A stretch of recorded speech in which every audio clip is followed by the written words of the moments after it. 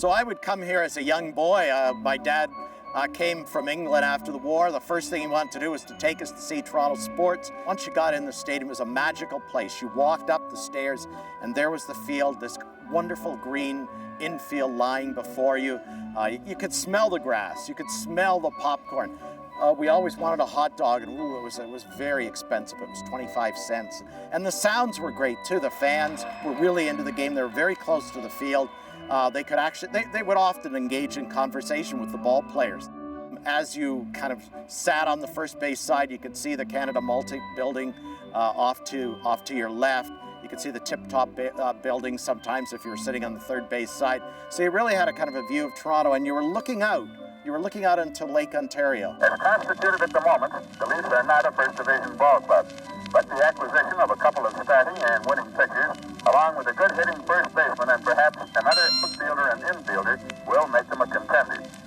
The Toronto team that became professional started in the 1886 season in the International League, but that team evaporated after the 1890 season.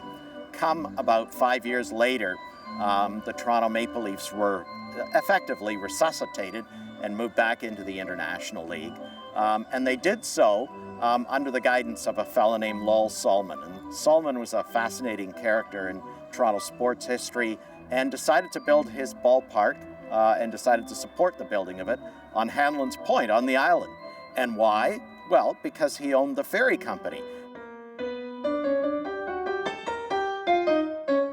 The most notable thing about the Hanlon's Point ballpark, it is a site of Babe Ruth's one and only minor league home run that he hit for Providence. I always like to say to people, remember in 1914, Babe Ruth wasn't Babe Ruth. He was just a guy playing for the other team who hit a home run.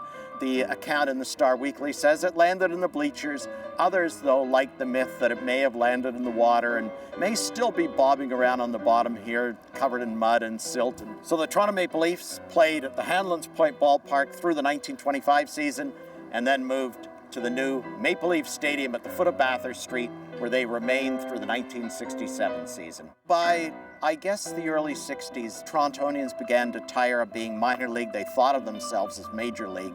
And after the 1967 season, the Toronto Maple Leafs left for Louisville. The stadium itself was torn down shortly after. We were essentially without baseball at a professional level until the Blue Jays returned, of course, to Exhibition Stadium in 1977, and their triumphs began from then on.